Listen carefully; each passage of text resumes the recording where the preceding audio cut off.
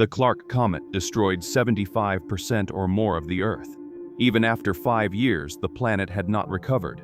Its debris still orbited the Earth and occasionally fell. The Giddy family survived the impact along with others, hiding in a bunker in Greenland. The people in the bunker try to rebuild the world, but the new reality has become chaotic. Radiation has burned many places, and sudden electromagnetic storms destroy everything in their path, forcing them to live underground. After 5 years, everyone has somehow managed to adapt to the new living conditions. Now, John Giddy works as an engineer and explorer. He is on a mission. While checking an area, he finds a new fissure opening and lava flowing. He heads toward the sea and finds some lifeboats and a destroyed cruise ship on the shore. He examines them, but they are all empty. He enters the ship in search of something useful. He receives a warning from the base that a storm is forming, but it will take some time to reach him. He is coughing a lot and removes his mask. He searches the ship and finds a flower inside a book. The base informs him that the storm is already upon him. He needs to leave immediately. He escapes from the ship and the storm is right behind him. He runs toward the base and asks them to open the door. They do so but cannot keep it open for long, as the radioactive storm will enter. He tells them to close it. He makes it and jumps through the closing door before the storm reaches him. His wife Allison has become a leader at the base. They are in a meeting where Adam, one of the leaders, informs that they are already low on supplies. He hopes they can try to plant outside next year. But Dr. Amina says it won't be possible. They need to leave the base in the air, as it is no longer sustainable, but Canada and the United States are destroyed. Iceland has also disappeared. Allison says she heard Western Europe is relatively safe, since there are fewer storms. But she is reminded that there is still radiation present. Even a small amount of radiation is harmful in the long term. Someone asks about the crater. Dr. Amina explains that the main part of the comet that fell in Western Europe formed a large crater. Along with her colleagues, she estimated that the mountains formed by it and the depth of the crater are keeping the radioactive winds at bay, making the place the best for new life to flourish. But the general says it is far from Greenland, and there are reports of fierce fighting occurring in Europe. After the meeting, John goes to meet with a psychiatrist. He asks how he is coping with the new way of life. John says he is now used to it. The doctor tells him to be open with his partner about everything. Suddenly, the bunker starts to tremble, but after a while it stops. The general says not to worry, as the bunker survived the impact of Clark. It can survive an earthquake too. Allison then asks about the distress signal they received. But Adam says they cannot accept more people. It is already full, but Allison does not want to abandon them and requests that the decision be put to a vote. The majority votes in favor of the rescue. The general says he will send a rescue team tomorrow. Allison and John's son Nathan is attending school in the bunker. He has taken an interest in the stars. The teacher informs that part of the Samara comet is still trapped in Earth's gravitational field and has formed a ring around the planet. John is fixing the water plumbing system with a friend. They manage to fix the plumbing and are very happy about it. Allison and her son go to the community hall and find John. He gives her the flower he found on the ship. Allison is worried about his exploration mission, as he is exposing himself to radiation, but acknowledging his effort, she thanks him. They then talk to their son, and Allison informs that Nathan was seen outside. His father scolds him, saying it is not safe out there, but becomes irritated when he asks if he can go out. Allison says he is becoming just like his father, always going out even when it's not safe to enjoy the rest of the night. They go dance a little while. Nathan goes to his room to look at the stars. He made holes in his sheet, creating constellations. The next morning, a team sets out for the rescue mission. Leaders and military personnel are supervising the mission.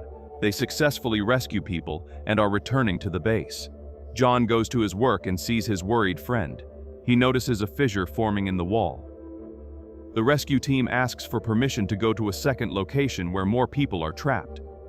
Adam says they cannot afford to take in more people, but Allison wants to discuss this, but suddenly they lose connection with the team.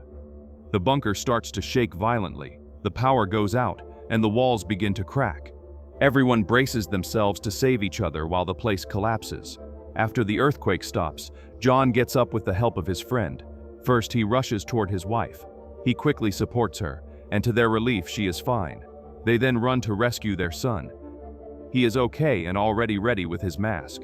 They ask him to grab the essentials and also his insulin, as he is diabetic. John runs to grab some masks. Using the masks, they try to exit the bunker, but the exit is already full of people trying to escape. John leads them to another exit, but it has collapsed, though they manage to pass beneath the concrete. He opens the door, but it starts to shake. They run outside before it collapses on them. Outside, people are rushing toward the sea. They lose sight of their son for a few moments and find him helping Dr. Amina. They then head toward the sea. It is already full of people trying to enter the lifeboats. They see some people trying to steal Adam's mask. They quickly go to help him. In the midst of the confusion, someone steals John's mask. They manage to escape from there and see an open lifeboat. Hastily, they enter.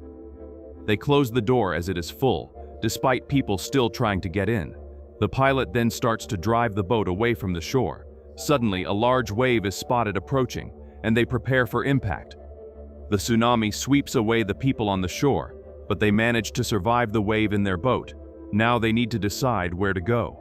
They have only a week's worth of supplies, so they decide to head toward England. John realizes that the radiation is low, so they can take off their masks. Days pass and the boat starts experiencing problems.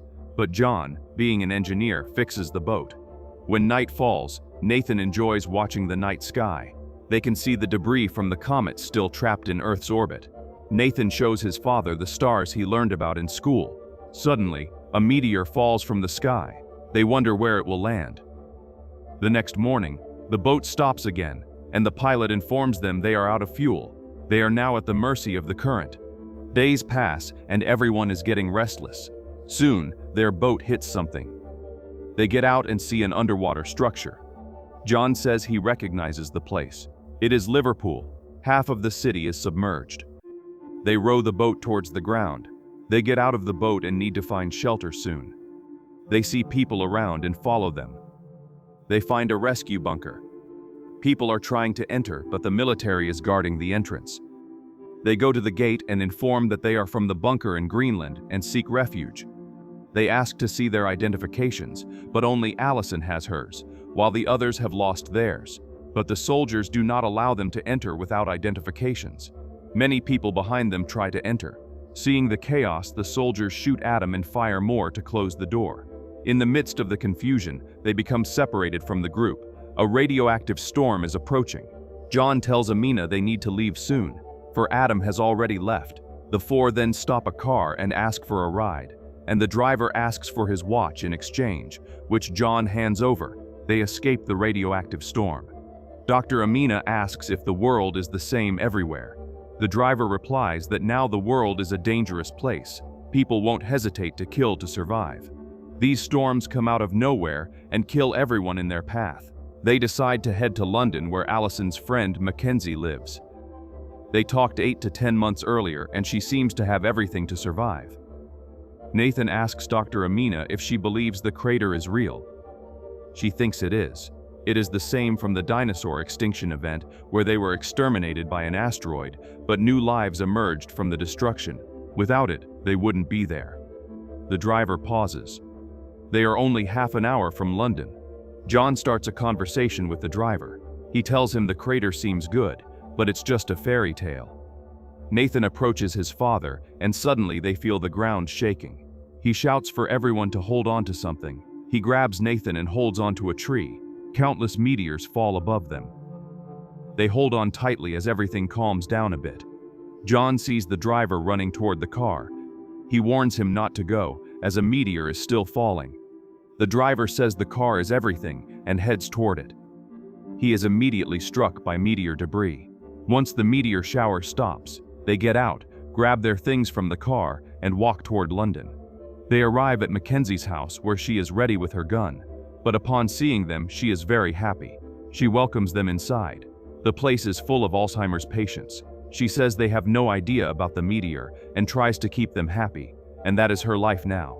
They enjoy the night, and John asks her about the crater, and she says she's only heard rumors. They hear distant gunfire, But Mackenzie says not to worry, as London is safe. She has made the place as secure as possible. At night, while sleeping, Allison hears John coughing a lot and goes to check. She is shocked to see him coughing up blood. He then reveals that working as an explorer in radioactive air has affected him. In fact, he only has 6 weeks to live. He doesn't want them to worry about it. Allison says this is a hospital and they can treat him, but he doesn't want to die there. They must go to the crater. He wants to spend his last days helping them find a safe place. He wants to give their son a better life. The next day they prepare to leave. Mackenzie has given them a car and some supplies. She gives them a gun for defense and urges them to leave soon. From there, they need a boat to cross the English Channel. As it will be a long car ride, they begin to play some games to pass the time. Suddenly, Amina is shot. Someone is shooting at them to steal the car. They get out and John grabs the gun, shooting back. One tries to attack from behind, but John takes him down. He runs out of ammunition and a guy is approaching, so Allison shoots with the dead man's gun. They then check Nathan, who is fine, but Amina is gone. They bury her in the ground. John says a few words to give her a proper burial. Nathan asks why they pray for the dead. John says it is luck for the afterlife. After driving for a few more hours, they arrive at the English Channel but are shocked to see that the entire sea has disappeared. It is solid land from Great Britain to France. On the positive side, they don't need to leave the car. Then they drive toward France. After a few hours of driving, they see all the cars stopped in front of them due to a large canyon ahead. They get out of the car and head to the front. Survivors have made a bridge to cross the canyon. They reach the front of the bridge, but Nathan is afraid to cross. John urges him to be brave. They start crossing the narrow bridge. It is very windy and scary. Suddenly, a gust of wind comes, but they manage to hold on somehow. They manage to cross the bridge and reach the central platform, but they still have to cross a few more. Suddenly, the ground begins to shake. They need to cross as quickly as possible. They crawl over a ladder bridge to cross. When they are in the middle, another earthquake occurs, but they hold on tight. The rope bridge breaks, and many people fall. The ladder of the bridge is also shaking. A man tries to run back, but the path is blocked. Seeing the bridge about to collapse, he jumps to their bridge, hitting Nathan. Nathan grabs the ladder, and John helps his son back, as the platform is collapsing. They hurry and manage to reach the other side. The entire structure collapses into the canyon. They walk toward France. They cannot say whether they have arrived in France or not, as everything is destroyed. Suddenly, a man points a gun at them. John introduces himself and says they mean no harm. They just want to go to the crater. The man lowers his weapon and shakes their hands, then asks them to follow him. He leads them to an abandoned mill in Kalala. He has made this place his home and also uses solar energy for electricity. They filter the radioactive air as much as they can. He introduces them to his wife and daughter, Camilla. His wife is paralyzed and cannot speak, a result of the radioactive air. They then share a meal. The man asks why they want to go to the crater. John says they have heard it is the promised land, the last hope of humanity. He states that the place is very dangerous. The Western Alliance, with the remnants of the French army, defends the area against the Eastern Alliance, which wants to take the crater's resources. The whole place is an impossible war zone to cross. At night, Camilla shows Nathan her room, and he shows her his blanket, where he drew the stars. Allison asks John what his father told him privately when they were leaving for the bunker. He reveals that he made him promise to protect her and Nathan. The next morning, the Frenchman gives them a map and explains how to avoid the war. It will be difficult, but upon reaching the base of the Western Alliance, John must ask for Commander Jennett and show him the photo. He and Jennett were friends. He will help them get to the crater. Then he asks that they take his daughter with them. She should not be left there, as she also deserves a better life. Allison, overhearing the conversation, says they will take her to the crater safely. Camilla sincerely says goodbye to her parents. They then depart for the crater. They take a break and play some family games when some soldiers spot them. The soldiers are from the Western Alliance. In French, they inform them that the place is restricted to civilians. While the others are confused, Camilla in French tells the soldiers that they are looking for Commander Jennett, who is a friend of her father's, and promises to take them to the crater. They say it is impossible to pass. John then asks for help. At night, a soldier guides them through the war zone. The Western Alliance and the Eastern Alliance are fiercely fighting for the crater. The soldier tells them to keep low. They manage to reach the bunker excavated by the Western Alliance. After passing countless bodies, the soldiers take them to a truck and leave them at a base camp where Commander Jennett is be. Camila says those mountains are new. This means the crater is just behind them. They see that many civilians are waiting to go to the crater. John speaks to the person in charge. He asks about Commander Jennett, showing the photo. The soldier shows him Commander Jennett's body. They ask for direction to the crater. He says they cannot help them and orders them to leave. But John pleads with the soldiers, saying he is a dying man and just wants to take his family to the crater. The soldier tells his subordinate to make space for them on the bus. They get on the bus and finally depart for the crater. During the journey, their bus is attacked by bandits. They take down the guards. When the driver tries to escape, they shoot him. They tell the people on the bus to get out. Now it is their bus. Everyone is forced to exit. John tells the others to move ahead. After everyone is out, John attacks the bandit. His friend tries to help, but the others take him down. 2 shots are heard from the bus. John comes out alive, but injured, and they care for him. Everyone enters, and Allison drives the bus. After a while, the bus can't go any further, so they get down and decide to climb on foot. With the help of the others, John climbs the mountains. At the peak, they see the large impact crater, Clark.